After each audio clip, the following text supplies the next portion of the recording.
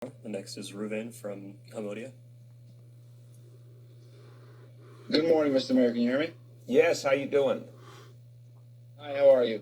There's some criticism of you on Twitter over the weekend by elected officials that I'd like you to respond to, saying there's a tale of two cities. On the one hand, you tweeted sharp criticism of a funeral in Williamsburg, and the next day police officers descended on the neighborhood giving out large numbers of summons. I know you mentioned the distinction between gathering versus a bunch of individuals, but those people who got the tickets the next day were just a bunch of individuals out in the street. Yesterday, there were many images of jam-packed parks in the city, people not wearing masks. You had no Twitter comment. Assemblyman Simcha Eichenstein wrote, yet Hasidim were aggressively slapped with summonses of up to $1,000 for not wearing a mask, tale of two cities. NYPD tweeted, no mask, no problem. This lady in the park didn't have a mask. We gave her a mask. Councilman Chaim Deutsch responded, I'm confused. When do you give a mask and when do you give a summons? So my question is why, if you can respond to this criticism, the politicians are saying that apparently there's one neighborhood that gets sharp criticism and the community called out by name, while in other instances there's silence or the polite handing out of masks. Thank you. Yeah, Ruben, I just dispute that fundamentally.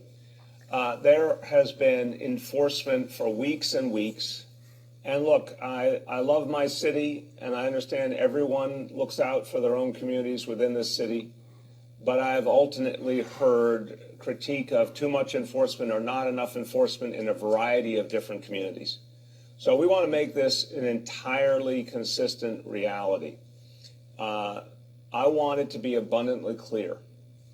NYPD will be out enforcing, and a number of other agencies will be out enforcing in all communities the same way, period. What I saw with my own eyes on Tuesday night in Williamsburg was absolutely unacceptable and was something that we had not seen on that scale anywhere. And it was exactly what we cannot allow to happen. And there have been other large funerals before in the community, and we're not going to allow that to happen. So we had a particular problem we had to deal with. But we've had other types of problems other places, and we're going to deal with everyone equally. So again, that hierarchy, and I'm sure Commissioner Shea will add to this, the worst thing is a large gathering. And if it's dozens of people, it's bad. If it's hundreds of people, it's worse. If it's thousands of people, it's terrifying. And Ruben, we saw on Tuesday night thousands of people in close proximity. If they had not been broken up by the police, they would have stayed for longer. Many of them did not have face coverings. This means lives will be lost. It is unacceptable. But that's going to be true in any community. You talk about a really large gathering, absolutely unacceptable. Everyone's going to get summoned. Anyone who stays, summons instantly. Again, whether it's hundreds, same thing, dozens, same thing. We're coming after all gatherings. That is different than a bunch of people in a park who are distanced from each other. If there's small clumps of people who are not distanced, we're going to go in and tell them you have to distance immediately. If they don't, they're getting summoned. Each situation is looked at in degree. If someone doesn't have a face covering, we're going to offer them a face covering. Someone says, I refuse to put on a face covering, they have a problem, and they're asking for enforcement. So it is going to be done equally across all communities. One message that we have to save lives, and anyone who is not following these simple rules is endangering the lives of everyone else. Commissioner Shea.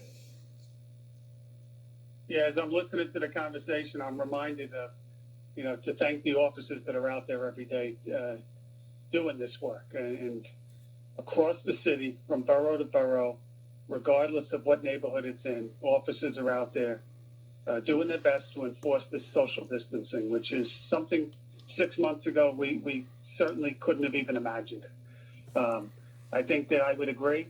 Every situation is unique. They do the best they can in certain situations. First and foremost, they're trying to correct the condition. They're trying to educate people. They're trying to get compliance. The last thing they want to do is summons and arrest, and that goes from the Bronx to Staten Island. But there are some gatherings that we have said we are past the point of warnings, and I think we've been consistent from the start. We're out there across the city engaging people, and we get varying levels of compliance. And if it comes to summons, then we're at the summons point. But we urge New Yorkers to hang in there with us. We are going to get through this, but we just need your compliance, we need your patience, and we need you to continue to work with us. And that goes whether you're in Williamsburg, that goes whether you're in Mott Haven, or whether you're in Staten Island or Manhattan or anywhere else in between. I think that, you can always find an individual that's not happy. I rarely come across somebody that is happy after they've received the summons. But I think that in the difficult circumstances that we are in, and we certainly are, the officers are doing the best they can in trying times. Thank you. Last question for today goes